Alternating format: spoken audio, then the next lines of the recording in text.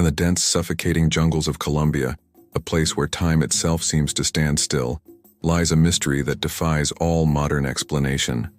We're talking about a lost city, older than Machu Picchu, a place known as La Ciudad Perdida, or the Lost City. For centuries it remained hidden, swallowed by a sea of green, its secrets guarded by the impenetrable wilderness. But this isn't just a story about ancient stones and forgotten civilizations. This is a story about a signal, a whisper from the past that has turned a remote archaeological site into a battleground for truth. Imagine this, a team of archaeologists, hacking their way through vines as thick as a man's arm, mud sucking at their boots with every step. They've been on the trail for weeks, guided by ancient maps and local legends. They finally arrive at a series of stone terraces, rising impossibly from the jungle floor. Moss clings to every surface, and the air is thick with the smell of damp earth and decay. It's a monumental discovery, a city that predates many of the most famous ruins in the Americas. But as they set up their equipment, something completely unexpected happens. A static-filled crackle erupts from their frequency scanners. It's a radio signal, faint but unmistakable. This is where the story takes a sharp turn from archaeology to something far more unsettling. Radio signals aren't supposed to exist here, hundreds of miles from any modern infrastructure. The team tries to dismiss it as an anomaly, a glitch in their gear caused by the extreme humidity. But then one of the technicians makes a chilling discovery. He isolates the frequency, cross-references it with historical records, and his face turns pale. The signal is broadcasting on the exact same band used by a series of ill-fated expeditions that vanished without a trace in this very jungle back in the 1970s. Those teams were searching for the same lost city. They were never heard from again. Suddenly, the ancient stones around them feel less like a historical treasure and more like a tomb. What was a mission to uncover the past has become a desperate attempt to understand the present. Who is broadcasting this signal? Is it a distress call echoing through time for over 50 years? Or is it something else entirely? A warning? A lure? The discovery sends shockwaves through the scientific community. The site is immediately cordoned off. No longer just an archaeological dig, it becomes a classified zone, with both scientists and military personnel descending on the location, each with their own agenda. The scientists want to study, to understand. They see the ruins as a key to a lost culture, and the signal as a puzzle that could rewrite history. The military, however, sees a potential threat, an unknown transmission from a strategic, isolated location. That's a matter of national security. The tension at the site is palpable. Researchers argue with soldiers over access, while the mysterious signal continues its ghostly broadcast, a constant, unnerving reminder that they are not alone. To understand the gravity of this, we need to go back in time. La Ciudad Perdida was built around 800 AD by the Tyrona people, a civilization renowned for its sophisticated engineering and gold work. They carved over 1,000 terraces into the mountainside, creating a sprawling city connected by a network of stone paths and plazas. It was a thriving metropolis, home to thousands. But around the time of the Spanish conquest, the Tyrona abandoned their city, and the jungle quickly reclaimed it. For 400 years it was nothing more than a legend, a story whispered among local tribes. It wasn't until 1972 that it was rediscovered by a group of local treasure hunters who stumbled upon its stone steps. This led to a wave of looters, and eventually the Colombian government stepped in, sending archaeologists to properly excavate and preserve the site. But even then, there were stories. Rumors of strange lights in the sky, of expeditions getting hopelessly lost on well-marked trails, of an unnerving feeling of being watched. These were dismissed as jungle fever, the product of tired minds in a hostile environment. But now, with a tangible, recordable radio signal, those old rumors take on a terrifying new weight. The vanished expeditions of the 1970s suddenly seem less like unfortunate accidents and more like pieces of a much larger, darker puzzle. Who were those explorers?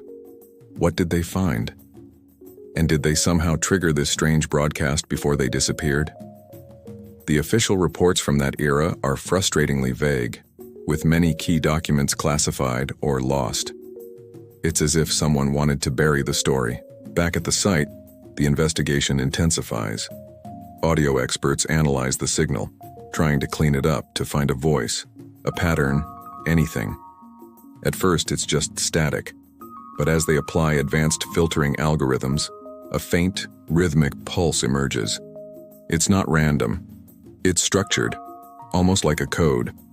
Some analysts suggest it's a simple beacon, a repeating loop, but others believe they can hear something within the static, something that sounds almost like a human voice, distorted and stretched over decades.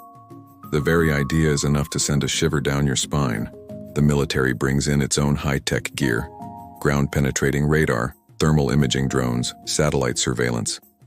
They want to know if there's anything hidden beneath the city. An underground chamber? A power source? The initial scans reveal a complex network of subterranean tunnels and cavities, far more extensive than what the archaeologists had mapped. But there's one anomaly that stands out. Deep beneath the city's central plaza, the radar detects a large metallic object of unknown origin. It's not a natural geological formation, it's manufactured, and it seems to be the epicenter from which the radio signal is emanating. This changes everything. The theories fly thick and fast. Is it a piece of Tyrona technology, far beyond what we thought they were capable of? Some fringe theorists even propose an extraterrestrial explanation, a crashed ship, an ancient alien artifact that the Tyrona people built their city around, worshipping it as a god. While mainstream science scoffs at this, the fact remains. There is something under the ground, something made of metal, that is broadcasting a 50-year-old radio signal. The question is no longer just who is broadcasting, but what.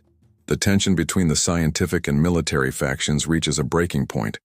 The archaeologists plead for a careful, methodical excavation. They argue that drilling down could destroy priceless historical context, or worse, damage the object and silence the signal forever. The military, on the other hand, wants answers, and they want them now. They argue that if this is a piece of unknown technology, it could be unstable, dangerous. They propose a direct drilling operation to retrieve a sample of the object. As the debate rages, strange things begin to happen at the camp. Equipment malfunctions with alarming frequency, but only when it's near certain ruins. Compasses spin wildly. Team members report vivid, unsettling dreams, all centered around the jungle and a sense of an ancient waiting intelligence. Morale plummets. The isolation, combined with the constant, eerie signal, starts to take a psychological toll. The jungle, once a backdrop to their work, feels alive and hostile, as if it's an active participant in the mystery. One night, a young geologist working late runs a new spectral analysis on the signal. He isolates a carrier wave and overlays it with recorded brainwave patterns. He gets a match. The rhythmic pulse within the signal isn't a machine-made code. It mirrors the delta wave patterns of a human brain in deep sleep. It's as if someone or something is dreaming, and that dream is being broadcast across the jungle. Could the vanished explorers of the 70s be trapped in some kind of stasis, their consciousness linked to this artifact? Is the signal their unending dream, a cry for help from a half-century-long nightmare? This new data forces a temporary truce. Everyone agrees that they are dealing with something far beyond their comprehension. They need more information before they can act. The decision is made to send a specialized remote-operated vehicle, a small robotic probe, down one of the newly discovered tunnels that seems to lead towards the metallic object. The entire camp gathers around the monitors as the ROV begins its descent into the earth beneath the lost city. The camera feed shows a narrow man-made tunnel, its walls slick with moisture. It descends for hundreds of feet, deeper than any known Tyrona construction. The signal gets stronger, clearer. The static begins to resolve, and for the first time they can hear it. A voice. It's weak, distorted, but it's a human voice, speaking in fragmented sentences. It's talking about being lost, about the green, the endless green, about a light that doesn't burn. It's the voice of one of the missing explorers from the 1970s. The ROV camera rounds a final bend, and the tunnel opens into a vast cavern. The space is not natural, it's a perfect sphere. And in the center, suspended in the air by an unknown force, is the object. It's a flawless, non-reflective black sphere, about 10 meters in diameter. It absorbs all light, a hole in reality. As the ROV approaches, strange, geometric patterns of light flicker across its surface, and the voice from the signal becomes crystal clear. It says one sentence: "It's been waiting." Then the sphere flashes with an intense white light. Every piece of electronic equipment in the entire region, from the camp's high-tech gear to the ROV itself, simultaneously dies. The signal stops. Silence. The feed goes black. The camp is plunged into darkness and confusion, 100 miles from civilization, with the knowledge that something ancient and powerful has just woken up beneath their feet. The mystery of the signal is solved, but a new, more terrifying question has taken its place. What have they just unleashed? The lost city has kept its secrets for 1,000 years. Now it seems its greatest secret has just been set free. The story doesn't end there. It's an ongoing event shrouded in official secrecy. What do you think happened next?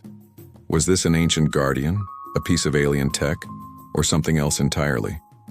The truth is still buried, deep in the Colombian jungle, waiting.